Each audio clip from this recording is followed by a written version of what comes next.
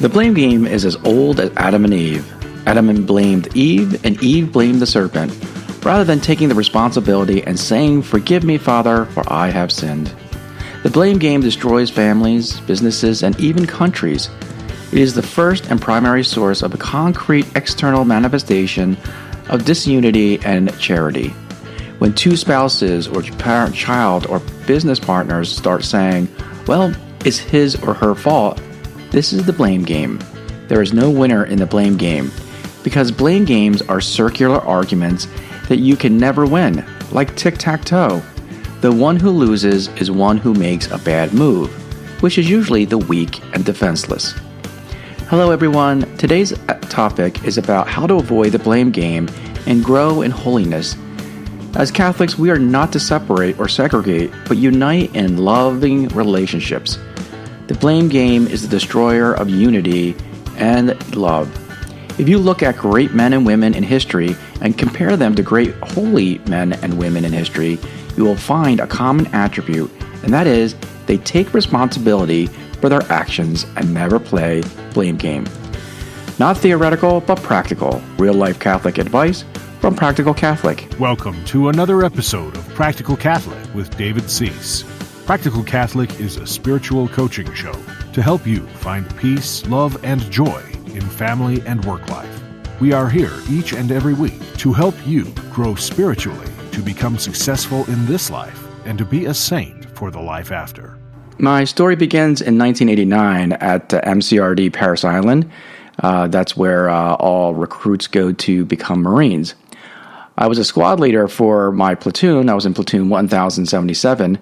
And in a squad, there's typically 13 recruits in a squad. You have 12 other recruits, and you have the squad leader. And I was the squad leader. I was in charge of 12 other recruits. The other 12 recruits are broken down to what they call fire teams. There are 3 fire teams in a squad, and the fire teams are broken down into 4 recruits. So there's one fire team leader. He's the leader in charge of that fire team. And then you have 3 other recruits in that fire team. The Marines love this concept of breaking leaders into groups of 3. It's pretty traditional, but it makes sense, really, that you can only manage in groups of 3, right? So I had 3 fire teams, and so we had this fire team leader. So this weekend we had field day. Now, field day means that for everyone is focusing on cleaning your barracks, okay? And so the barracks were divvied up by squad in the platoon. So some people had the decks. They had to clean the barracks themselves, and maybe the closets or something. In my assignment for my squad was the head, or the bathroom. And the bathrooms here, we're not talking about a single person bathroom. We're talking these huge bathrooms and showers that can handle up to like 90 to 100 recruits. Just to give you an example, I started out with 88 recruits in my platoon. We wind up ending with only about 62, 63 possibly when we graduated. So there was a lot of attrition, mainly because of people getting recycled more than anything else. But yeah, you had to handle almost like 90 to 100. So these bathrooms were big. They weren't small bathrooms. So I went into the head and I divvied up the fire team, and I went there and assigned the sink and I think the floor to recruit. We'll call him Recruit Smith.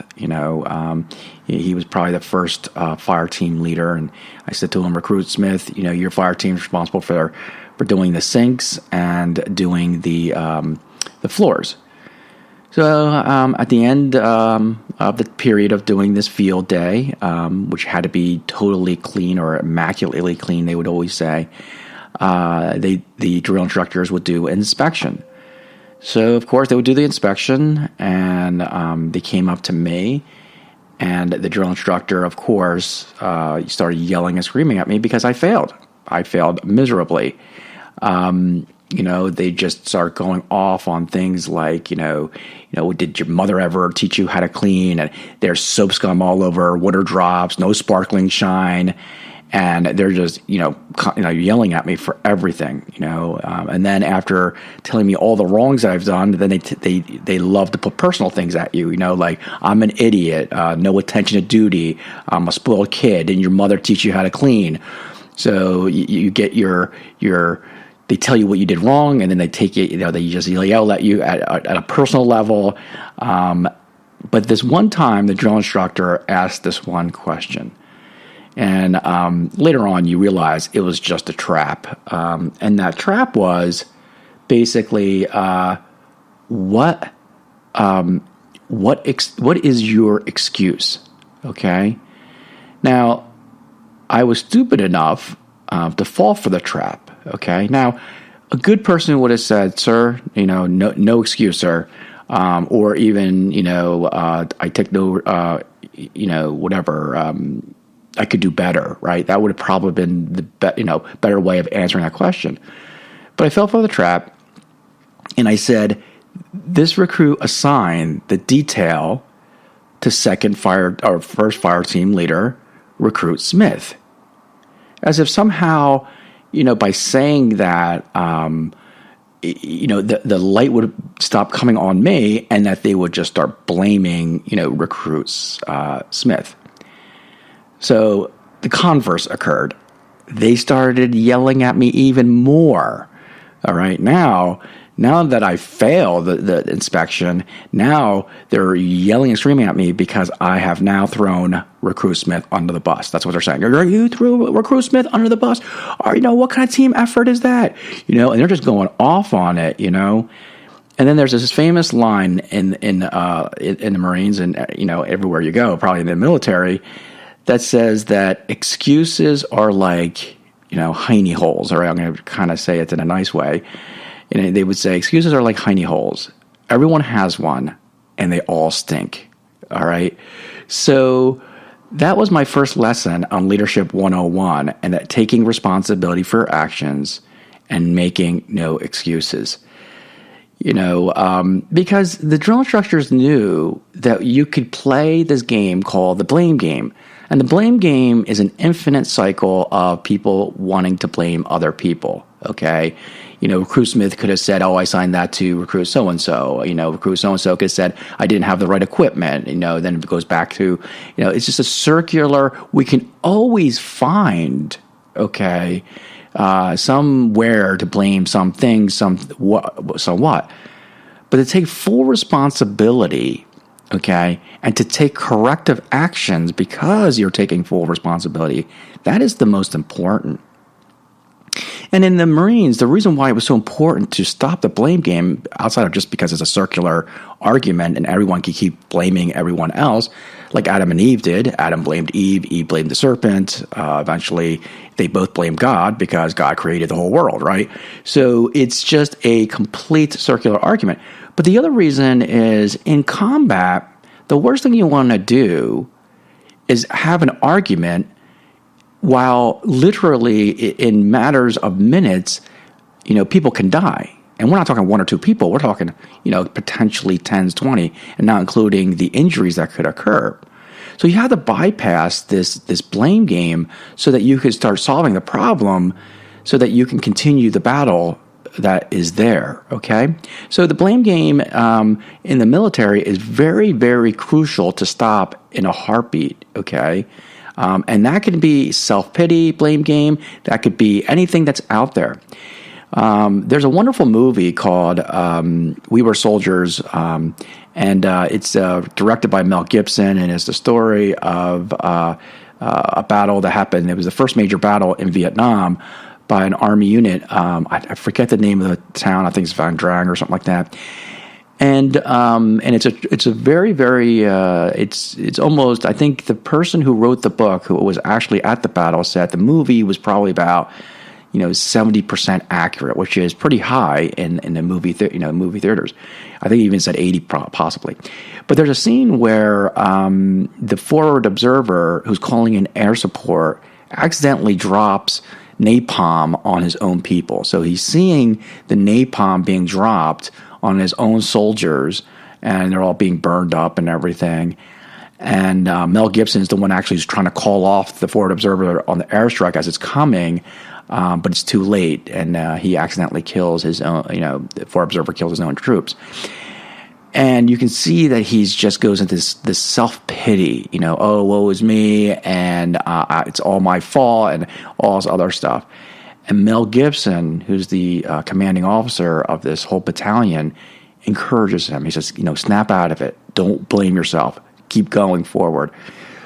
And eventually he does, because he knows the value of that forward observer to drop more bombs on the enemies.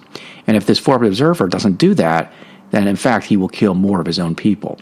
So the blame game, you cannot have that in a combat situation. And as a church militant, we can't have that as well in our church, as well as we can't have that in our family. Relationships are torn apart because of the blame game. Now, I don't want to recap season 2 of episode 2, but if you go back to episode 2 of season 2, I discussed the importance of unity and love in the context of the Holy Trinity. Okay, that the Holy Trinity teaches us, no other religion, I don't care what it is, no other religion has this concept of unity and charity in its God, identity of God.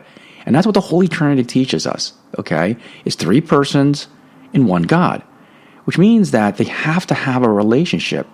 It's not like, the Father, Son, and Holy Spirit are just kind of mashed in together and they got to, work it out and see what's going on. I mean, that's not what the Holy Trinity is all about. The Holy Trinity is glued together by love and unity that is a perfect essence of the will, okay? Which means that their relationship is so perfect, their unity and their love is so perfect. And that's what we are called to mimic here on earth. It becomes a great archetype of our relationship here on earth, unity and charity, okay?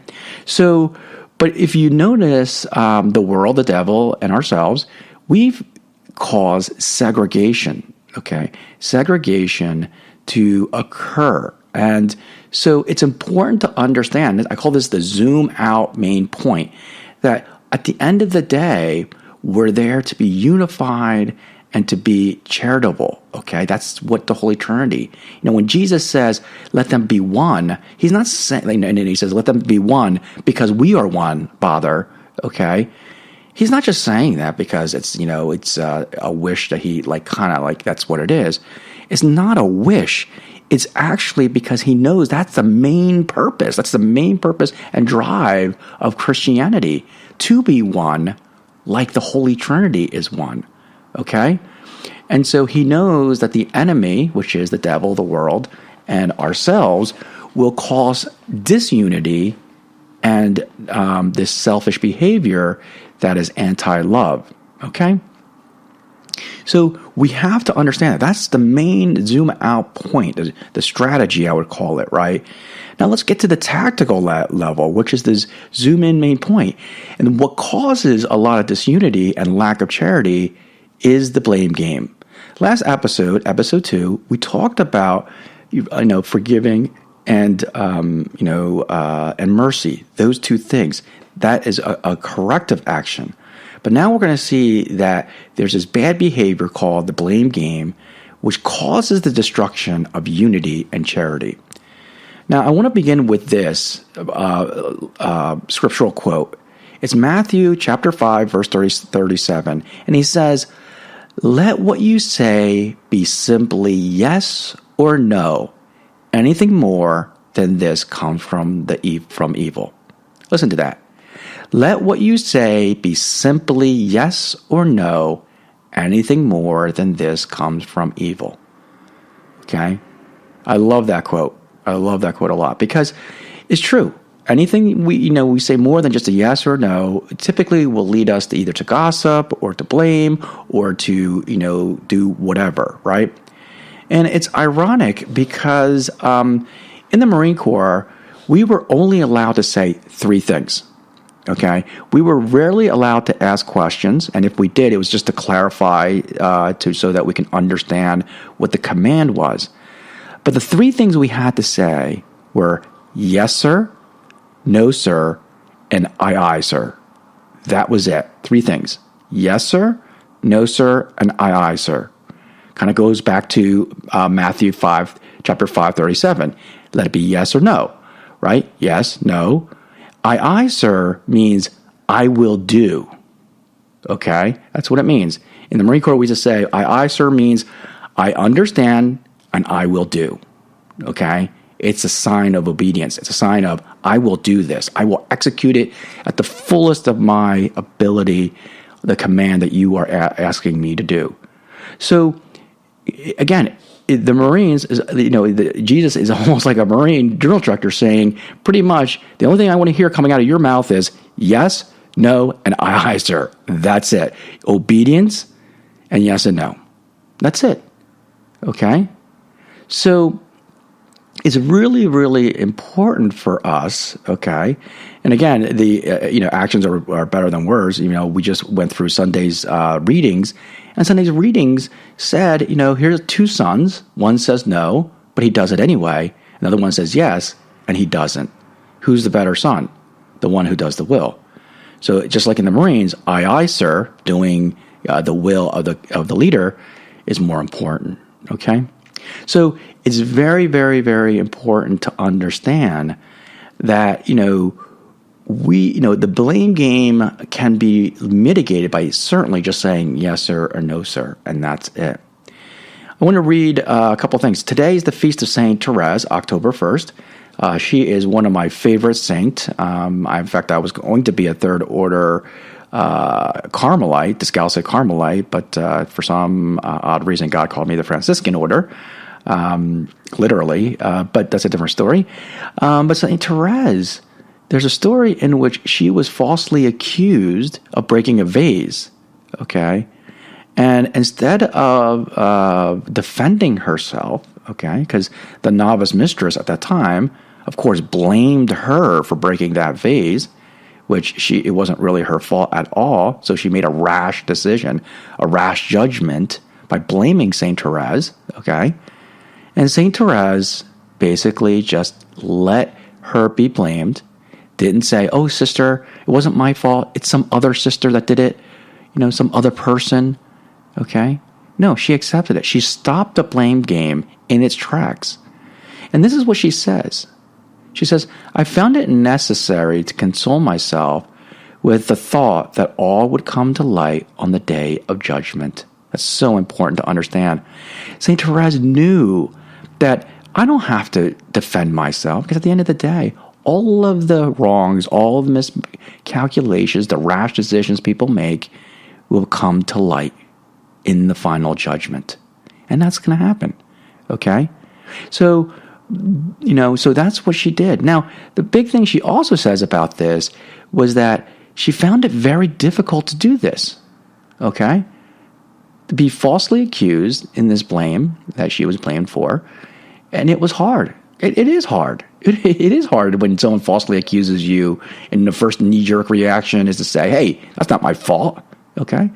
How do you think I felt when I was in the Marines, when people start saying, hey, the head wasn't cleaned correctly and blah, blah, blah, blah. I wanted to defend myself. I wanted to say, that wasn't my fault. That's Recruit Smith's fault. Okay. That's, so-and-so's fault, right? But no. Okay. The buck stops with you because I am the leader. You are the squad leader. And you now have to resolve that. Because a lot of times when people find faults and they are true, it's an opportunity to grow. It's an opportunity to fix and resolve that issue. Okay? So, the last thing I want to read in scriptures, okay, is, Luke chapter 23, 33 to 34. And this is when Jesus is dying on the cross, okay? And I love this. I love this. Because Jesus had the right to blame people. He had the right to say, it's your sins that I'm dying up here. It's your sins. So how do we stop the blame game? Okay? Jesus, gave us good example of making excuses for other people. But how do we stop the blame game? The first thing we have to understand is the problem. I'm always a person of understanding the problem and then coming up with the solutions, right? So the first thing is understanding the problem. The big problem is the world, the devil, and our human nature, our original sin, how we are, basically wants us to be play the blame game, okay? And why would the world and the devil want us to play the blame game? Because the world and the devil never want us to take responsibilities for our actions. That's really the key. Because if we take responsibility for our actions, then that means that we will have to change. Just like I had to change to become a good leader in the Marines, I need to change to become holy, right? I have to now identify what my problems are, what I can do, what I can change, okay? And not blame other people. Because if I blame other people, then I don't need to change. Because I'm already perfect. I'm already holy. I'm already there. Everyone else is there to blame, right? So there's no self-help if you take no responsibility. The second thing we got to understand is it causes disunity and lack of charity. Who likes to be blamed? No one, okay? No one likes to be blamed, all right? So when you start blaming other people, you're in fact hurting other people. Okay, it's your fault. You're the problem. Okay, whether it's right or wrong, it is not relevant. They're just not going to take it the right way. Okay, so the blame game causes very much disunity.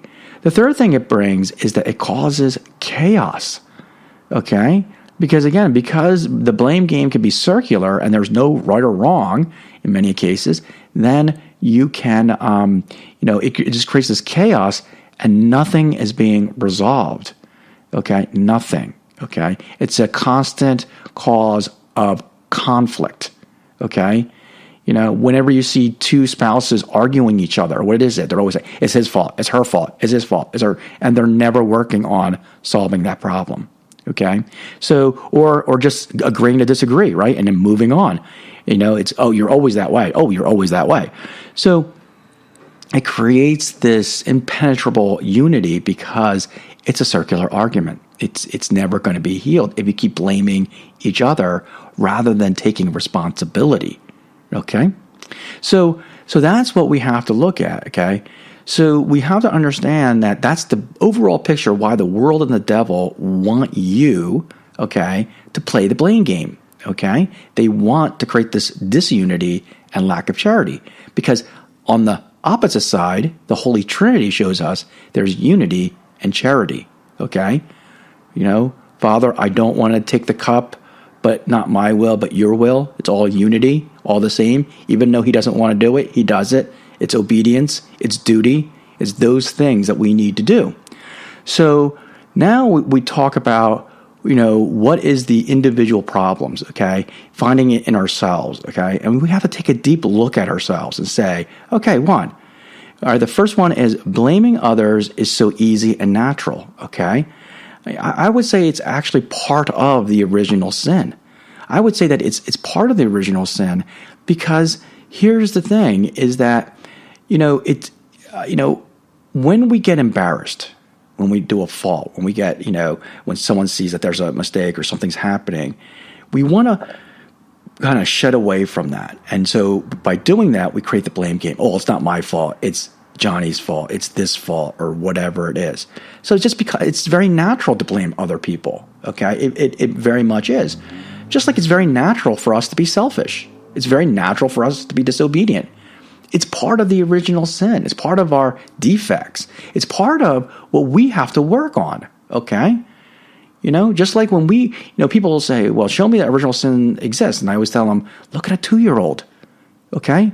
As soon as a child becomes 2 years old, and the first word they're going to say is no, okay? And mine, all right? Just ask any parent, mine, or no.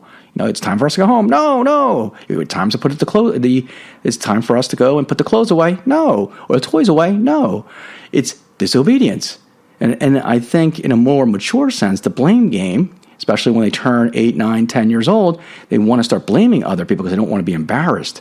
Okay, and they want to throw the light somewhere else. Okay, so it's a very natural thing. Just because it's natural for us to do that doesn't mean that's good. Okay, it means that it's a way for us to become holy. Holiness says, okay, I'm going to change who I am so that I can then become holy.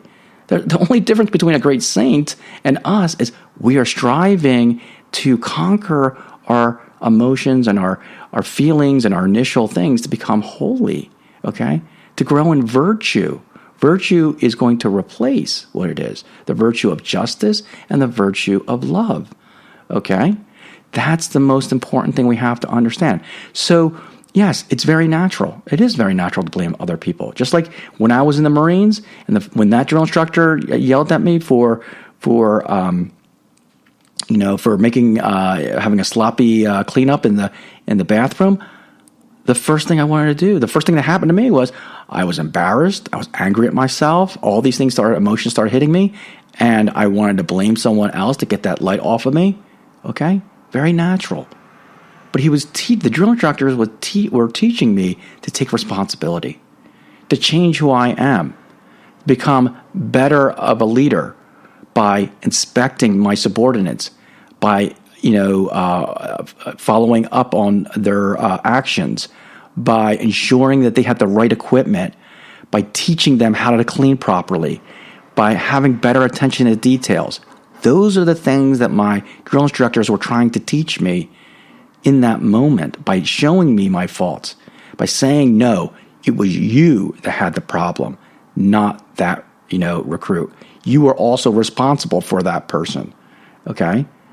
That's what they're teaching. So, again, very natural to blame other people, but that doesn't mean that makes it right. It makes us understand that we need to grow in virtue and find our own faults. Number 2, another problem, blaming others is really a form of control and power.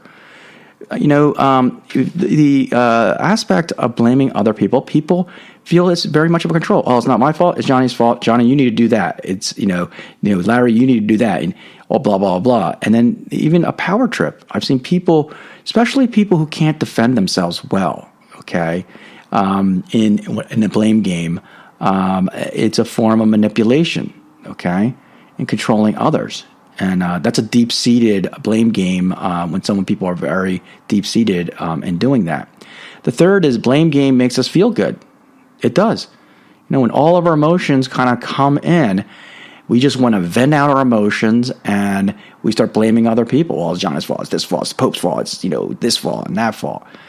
Number 4, the blame game makes us rash and angry, feeding on our initial emotions.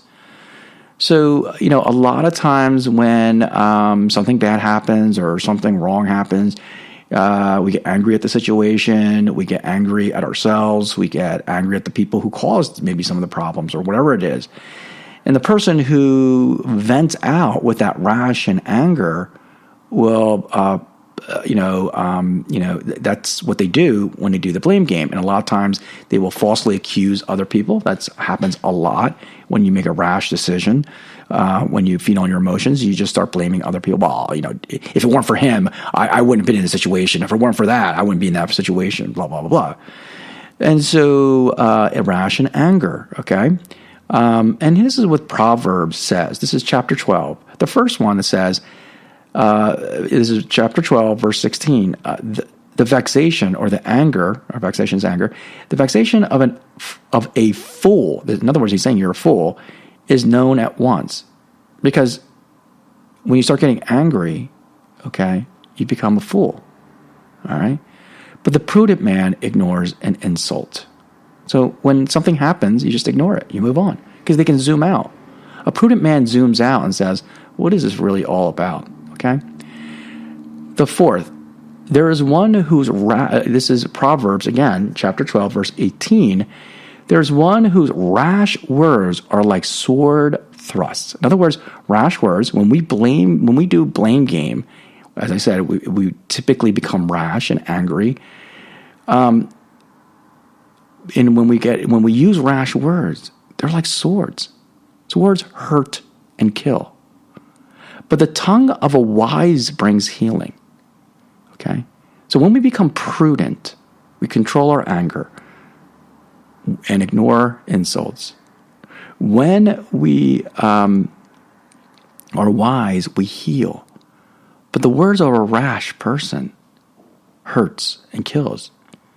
And the anger of a fool is known at once because they are a fool. And so playing the blame game makes us rash and angry, which makes us a fool, which hurts other people.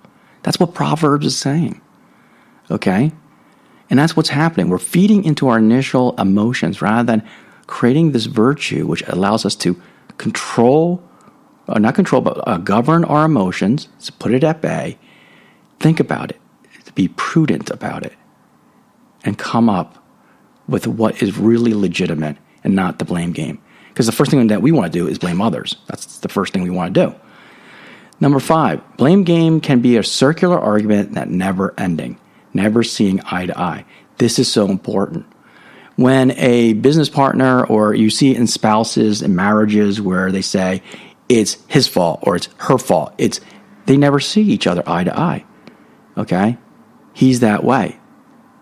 And he'll never change. He's that way, or she's that way. The blame is on the spouse, not themselves. And the irony is you can't change another person.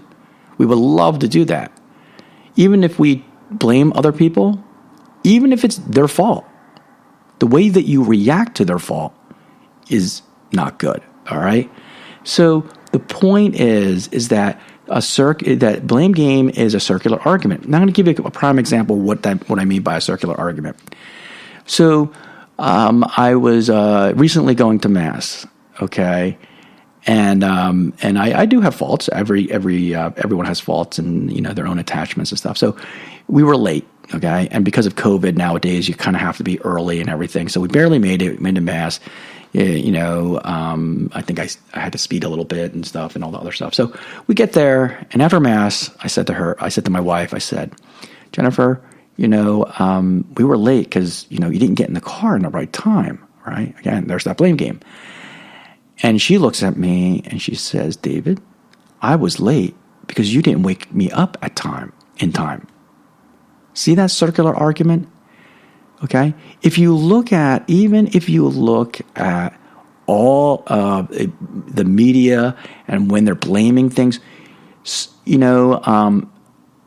the end of the day, you can keep arguing your side of the point and never see other people's side of the point. You can keep blaming the other side and the reason. This is what I mean by a circular argument. It just keeps going round and around and around. Okay? I could have then said to her, to my wife, and say something like, well, why am I responsible for waking you up, okay, when you should have had the alarm set?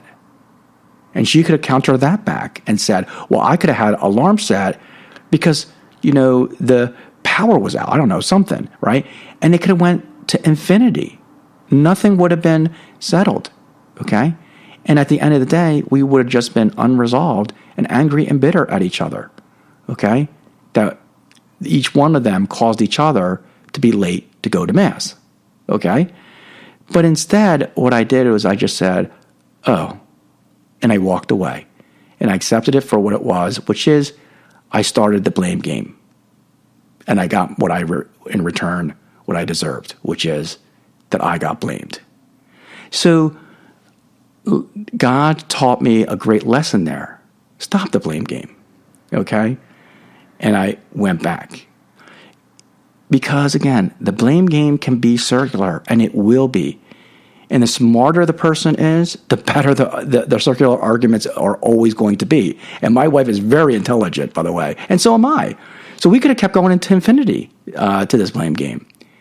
But a great Christian will not do that. They will take responsibility and say, hey, I should have gotten in that car a little earlier, maybe wake up my wife a little earlier. Let's move on. Okay? So the blame game is circular, which leads to number 6, which is, and I always say this, there's a saying that says, two wrongs don't make a right. Well, I have an opposite saying, which is 2 rights make a wrong. Okay? So in that circular argument that I have with my wife, I was right. We didn't make it to Mass, because she didn't get in the car in time. But she was also right in the sense that I didn't wake her up at that time. And I could have probably said something like, why is it my responsibility to wake you up? And I'm probably right on that. But she could have said, because if you're a loving husband, you would care about when I wake up to go to Mass. And she would be right at that as well. Right? So we can all prove that we're all right. But at the end of the day, we're all wrong. Because we did not resolve the issue. And we even created even more of a headache, because here I am standing that I'm self-righteous, and there she's standing because she's so self-righteous. That is the issue. That's why two rights can cause a wrong. Okay? So don't focus on that. Okay? Stop the blame game. Accept it. This is what great saints did. This is why the great saints did that. That's why St. Therese didn't defend herself when she was falsely accused of breaking that vase. Okay? Because the blame game could be an infinite thing, and then it causes disunity, causes great pain to other people. Number 8, people don't want to take responsibility. People don't want to take responsibility. I don't want to take responsibility, but I learned that when I was in the Marines. Okay? I learned it a little bit when I was playing sports, but you really learn it when you join the Marines. Okay? When you join a military organization, they tell you there is no excuses. All excuses are like hiney holes. Everyone has one, and they all stink. Right? Everyone has an excuse. All right? So the point is the idea that, we have to take responsibility. And responsibility means we have to change. That's why no one wants to take responsibility. Because at the end of the day, people are lazy. Okay? Great saints weren't lazy. Because you need to change. That's what virtue is all about. To change. Okay? That we're not just stilted here. Okay? And using the world's crush mentality. Woe is me. And everything. And change doesn't mean that we just go to Mass because we like that form of Mass. Change means we have to change who we are inside, building those virtues, okay? Just by going to daily Mass, just by going to do the rosary every day, just because you read all the theological books in the world, and if you don't change who you are, that doesn't matter. You are not going to be holy. That's not what God is. In fact, you'll be more culpable, and I hate to say that, but you will actually be more culpable when you're in heaven, when Jesus at the judgment seat says to you, you knew what you needed to do. You read all the books. You had all the grace because you went to daily Mass. You went to confession all the time, but you did not change. You are even worse than that pagan, okay, who didn't know anything about Christ, who didn't receive any sacraments, and all he did was he tried to live the best life he could without the sacraments, without the knowledge of Christ and the divine theology. I can venture to say he or she is going to have a better chance of making it to heaven than the person who does that. Okay? So I'm not threatening, but that's basically what's going to happen, because more is given, more is required. And conversely, less is given, less is required. So we have to understand that. So if you're going to be steeped in all theology and know all this stuff, and you're not changing internally, growing in virtue, growing in love, okay? And love means helping other people, okay? Not a theological debate, but really trying to bring them into the love of Christ, then, okay, you're going to be held more accountable. Okay, so we talked about what the problems are, so let's talk about what the solutions, okay? So the first solution, number 1, is in the heat of the battle, never focus on the blame game. Only focus on how to fix or resolve the issue, okay? This is important. Our initial reaction when a crisis occurs, let's say, for example, I'll give you a prime example. I've talked about this in the past. I was, doing I have a ministry called A Day with Mary. It's a free retreat that we provide for people. And so one day, we were in a rush, and the doors to the location where we show the movie, because we show a movie first and then we go to the church and we do certain church events. was locked, so we couldn't access it. So I had about, 10 people and a lot of logistics that I had to put in the gym. And, the gym doors were locked. And everyone kept saying, oh, the gym door's locked. Who was supposed to open the gym? And let's say it was Larry that was supposed to do it. I'm using that as an example. Using that name, it wasn't really Larry. It's just a make-up name. No, Larry goes, everyone said, oh, Larry was supposed to do it. Larry was supposed to do it. And they were focused so much on blaming Larry not opening up the gym that that I had to say, guys, we got to stop blaming other people. We have to figure out how we're going to open up the gym. And so, eventually I said, well, let's talk to the pastor, see if we can call him up, see if he has extra keys, blah, blah, blah. And eventually we got it open. That's what we mean by, in the heat of the battle, don't focus on the blame game. Also, when it initially happens, don't focus on a blame game, because it's very easy to become rash and angry at that moment in time and say things that you really shouldn't be saying, okay? So in the heat of the battle, when something does go wrong, don't focus on the blame game. Whose fault is it, okay? Focus on solving the problem.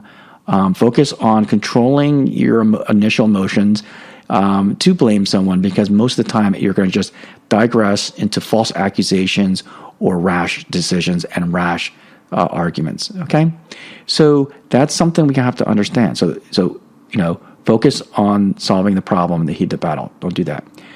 The second is emotions versus virtue. Understand that our initial emotions that occur are usually wrong. Okay, you got to remember that, and we need to govern those initial emotions, and then conquer, and then harness the power of emotions by basing our actions off of virtue. Okay, what do I mean by that? Okay, when the Marines landed in Iwo Jima, I can venture to say all those Marines were scared, frightened. When the soldiers attacked on D-Day, all those soldiers were scared. That's the initial emotions. Fear was the initial emotions. But the virtue of courage was able to overcome their fear, emotion of fear, so that they could do the right thing, to do the duty, to fight. That's what we mean.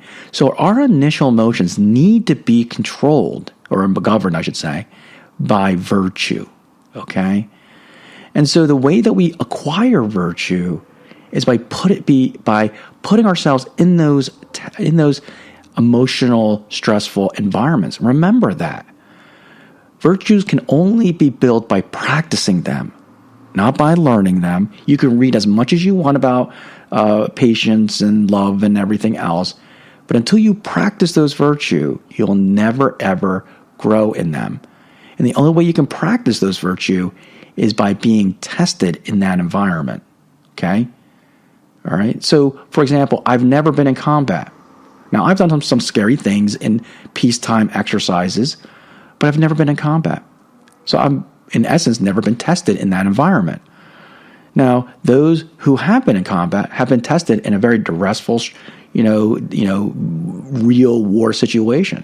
So they have courage beyond what I could even know, because I haven't been tested in that area. Okay, and so that's what it is. So that's what makes a combat veteran so great.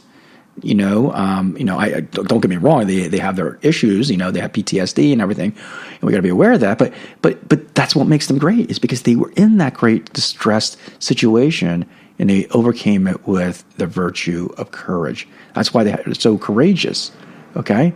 I have certainly done certain things that were scary, but not the level of combat veteran. So to grow in virtue is to be tested, okay? So this is an opportunity for us to grow in virtue. This is an opportunity to help manage our emotions, govern our emotions, our initial ones, and then harness those emotions to get the job done. Because fear is a great way of also of motivating our virtues. Okay, all we're doing is realizing that our initial emotions are probably not the correct ones that we need to act upon.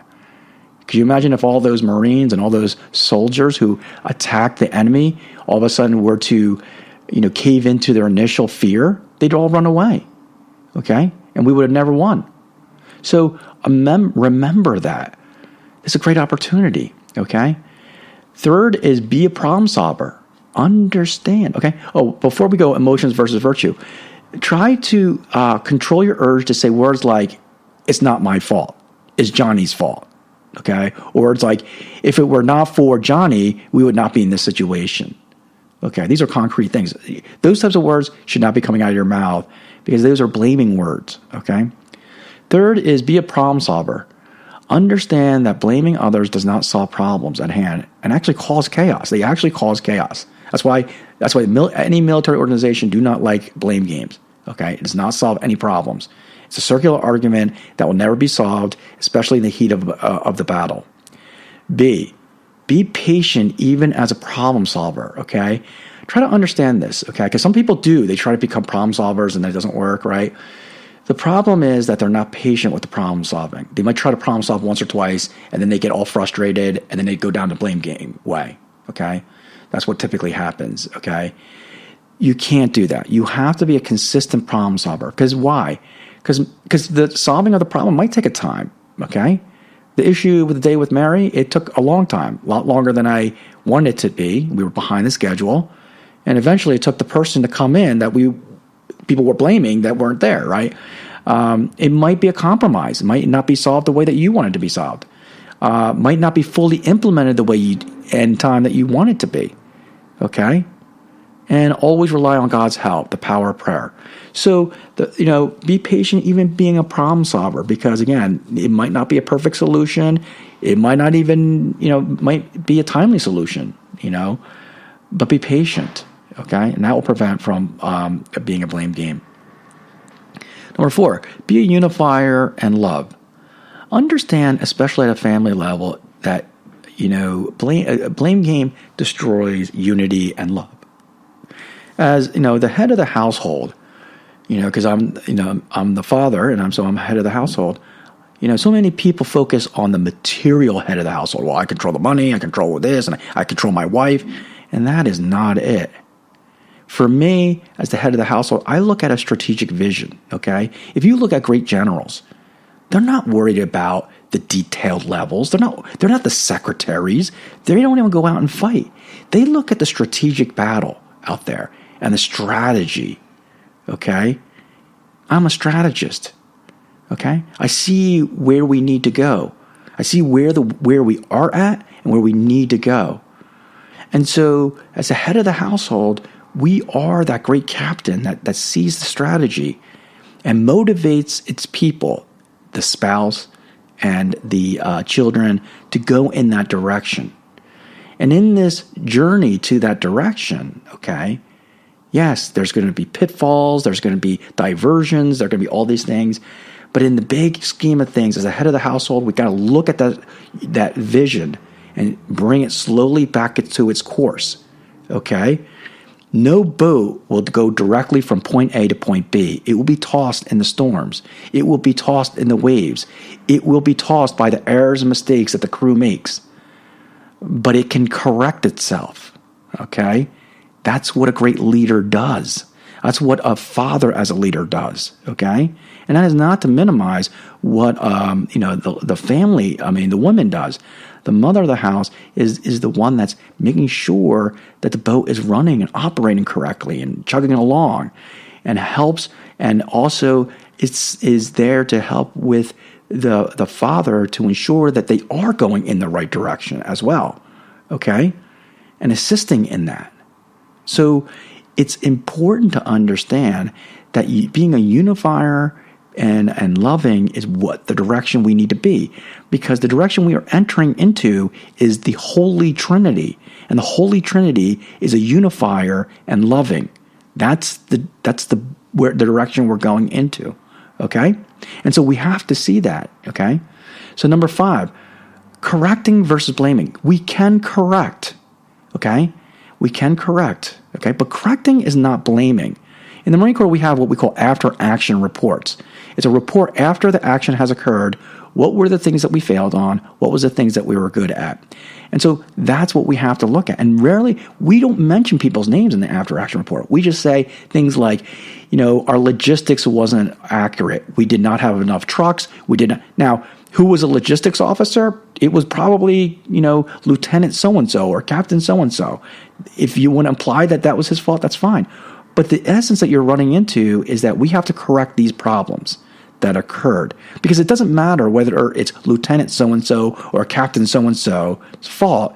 It's really the matter is we needed them. Okay, we needed these extra trucks or tanks or whatever it was to get the mission accomplished, and they weren't there. Okay, we don't care whose fault it was. We don't care whose responsibility it was. We needed that. Okay, it's their job now to figure out how can we have done that better. Okay, that's what it's all about. So correcting is not the same as blaming.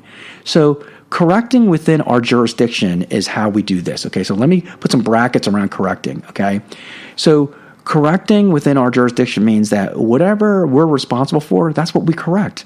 If it's a parent-child, or if it's a boss employee, it's a priest and congregation, a police officer and a citizen, it's that jurisdiction, okay? We wouldn't want a priest start handing out tickets for speeding, right? That would be odd. Or you wouldn't want, a parent going into, your son's job and start correcting the employees. That would be odd. So we have our own jurisdiction, okay, that we're responsible for, that we correct. So understanding that, we don't try to correct the Pope. That's not my jurisdiction. Or the president. Yes, my jurisdiction is to vote for the correct president, but it's not there to correct him because I'm not the senator or I'm not part of his cabinet. If I wanted to, maybe I could be. Okay, so within our jurisdiction. Second is correct when we are able to correct the person. Okay, and that means being emotionally, level-headed, okay? Don't start correcting at the heat of the moment. I realize that, it becomes bad. So correct after the battle, that's one thing, right? So if a child does something wrong, handle, let's say they get into a car accident because they were showing off, you handle that situation, and then you wait a day to correct them, okay? Because if not, it will lead into criticism and everything else, okay? There's a big difference between criticizing a person and correcting a person, okay? We are not to criticize people. We are there to correct. And correct means that we can correct that person. I want to read you the chapter in the Bible that talks about how to correct people. Listen to this. Jesus says, if your brother sins against you, go and tell him his fault. Go and tell him. Doesn't mean that you can start criticizing him. It doesn't mean that we create podcasts as such saying you're bad, the Pope is evil and, this is evil. It's you go to tell him, himself. And then it says, between you and him alone. Listen to this. If your brother sins against you, go and tell him his fault between you and him alone. Doesn't say, create, a podcast and start blasting people and criticizing, whoever it is. Maybe it's the Pope or whoever it is, right?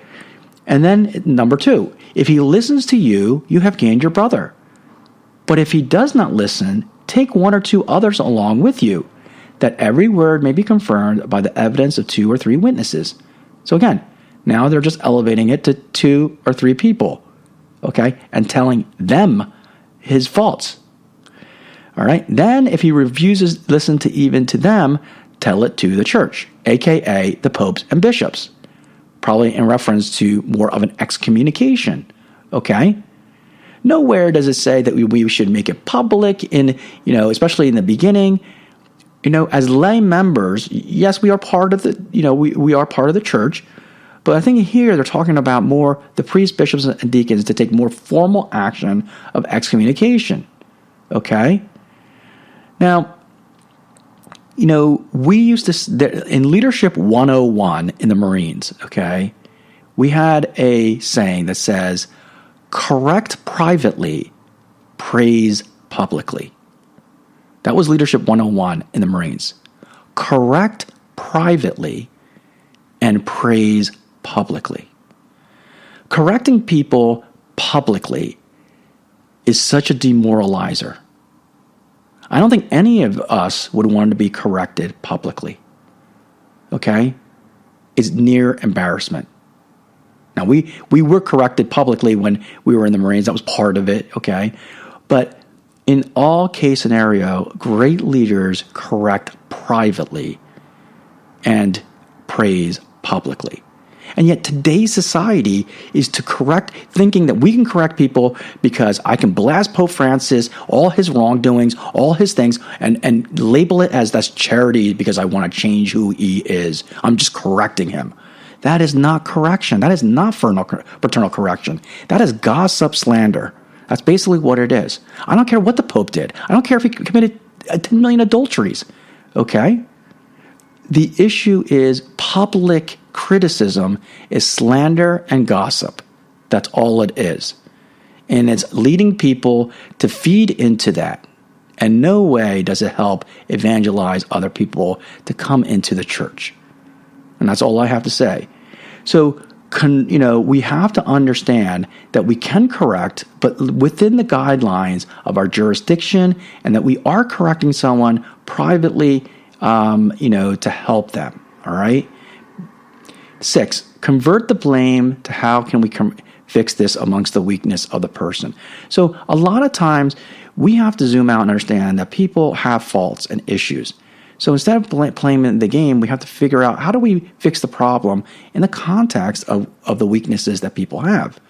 Just like after action reports. We don't care if it's Lieutenant so-and-so. We just know we needed this. So how do we overcome it? Okay. Number 7, instead of blaming, giving them benefits of the doubt and excuses. A lot of times this really helps out. When I feel frustrated, when people are making the same mistakes or whatever, I always give people, and especially at work, this is more at work level than anything else, and sometimes working with my children as well, I give them the benefits of the doubt. I really do. And again, it goes to the gospel reading of St. Luke, where Jesus says, "Forgive them, Father, for they do not know what they do." Okay?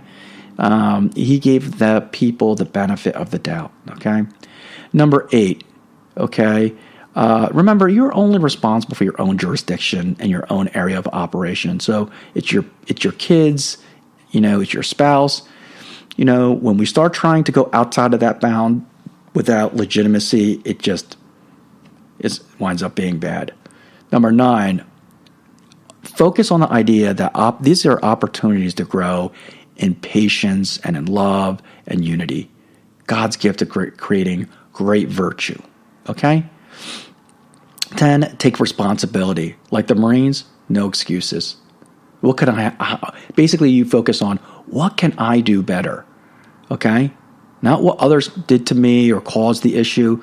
A lot of times people say, well, he did this to me or he caused the issue or blah, blah, blah. Instead of feeling that, you can say, well, what could I have done better? What could I have done better?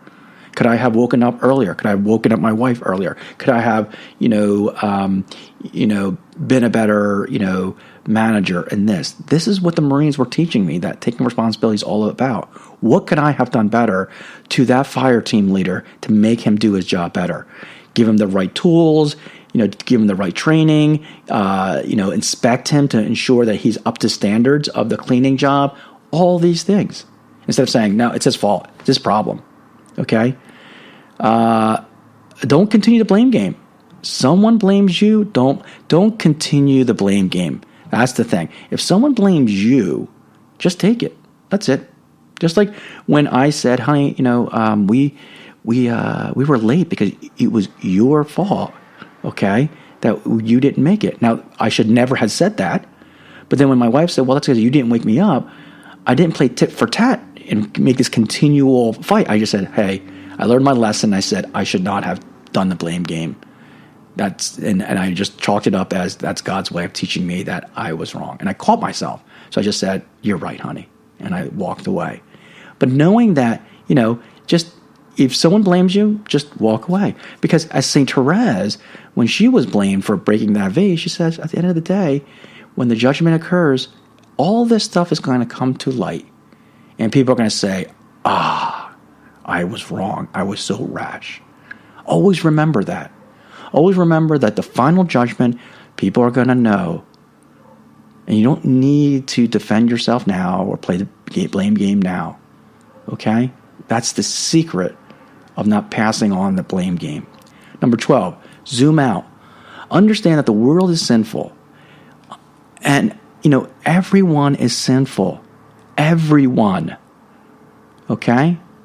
I don't care. Everyone is a sinner.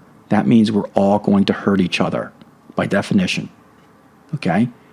Second, everyone has attachments. Okay? And those attachments can lead to sin, or they're hurtful themselves. Okay? I have attachments. And we're going to be fighting that. But that means we're going to hurt each other. Okay? That means we're all going to make mistakes. That means we all have faults. And if we understand that, our expectations will be that, you know what? They have faults. Okay?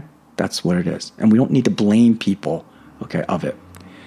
Number 13, I already alluded to this, zoom out. As St. Therese said, I found it necessary to console myself with the thought that all would come to light on the day of judgment.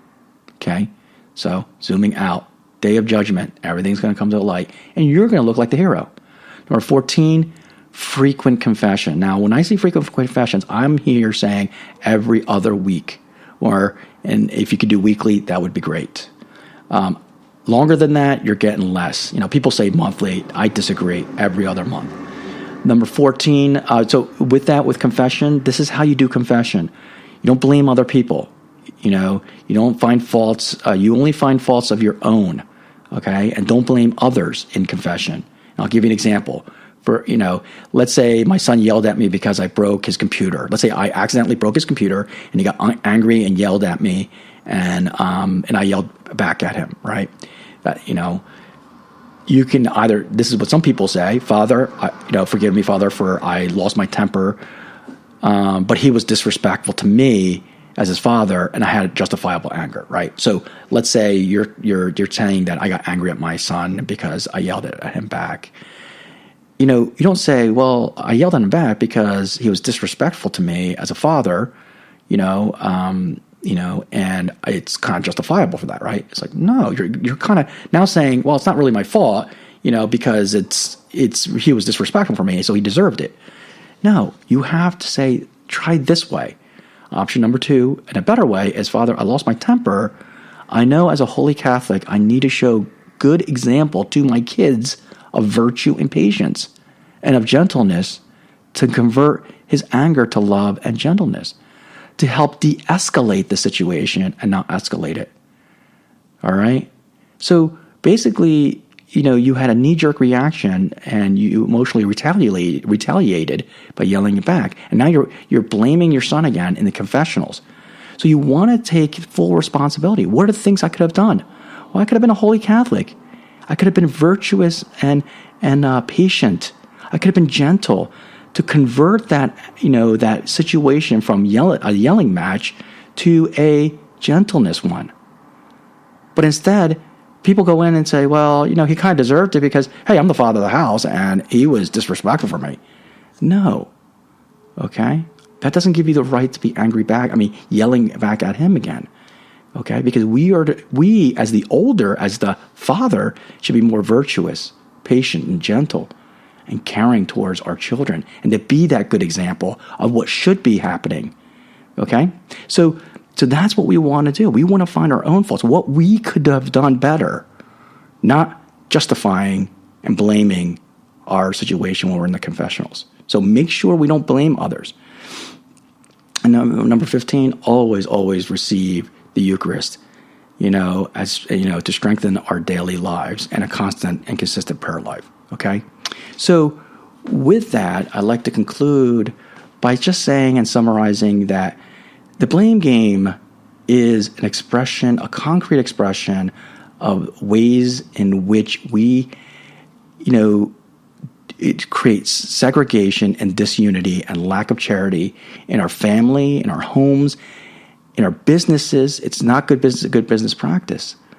And the blame game causes 3 elements of issues. One is that it's circular, so it never ends and never solves problems. The second is no one takes responsibilities to to take corrective actions. Okay? And so, because we're not taking corrective actions, we're not growing in holiness. Okay? And the third is that it causes a lot of distractions, chaos, and disunity. So we need to be as holy Catholics and as successful Catholics, because being holy and being successful in the world are synonymous. They really are. The virtues we grow in the holy life, we can apply in the secular world, okay? So that we can sanctify the world and we can bring it and elevate it to holiness. That's why God wants us to succeed, so that we can sanctify the world, all right? So let's end it with a prayer. In the name of the Father, and the Son, and of the Holy Spirit. Amen. Our Father, who art in heaven, hallowed be thy name. Thy kingdom come, thy will be done on earth as it is in heaven. Give us this day our daily bread, and forgive us our trespasses, as we forgive those who trespass against us. And lead us not into temptation, but deliver us from evil. Amen. Thanks for listening to me, David Cease, at Practical Catholic. Here's a reflection for you. Take a moment and reflect. Am I playing the blame game? Feel free to share your reflection or leave a comment on the podcast, Instagram, and Facebook at Practical Catholic, or visit my webpage at practicalcatholic1, that is the number 1.com. You're listening to WCAT Radio, the on-air wing of En Route Books and Media, bringing you the dulcet sounds of Catholic wisdom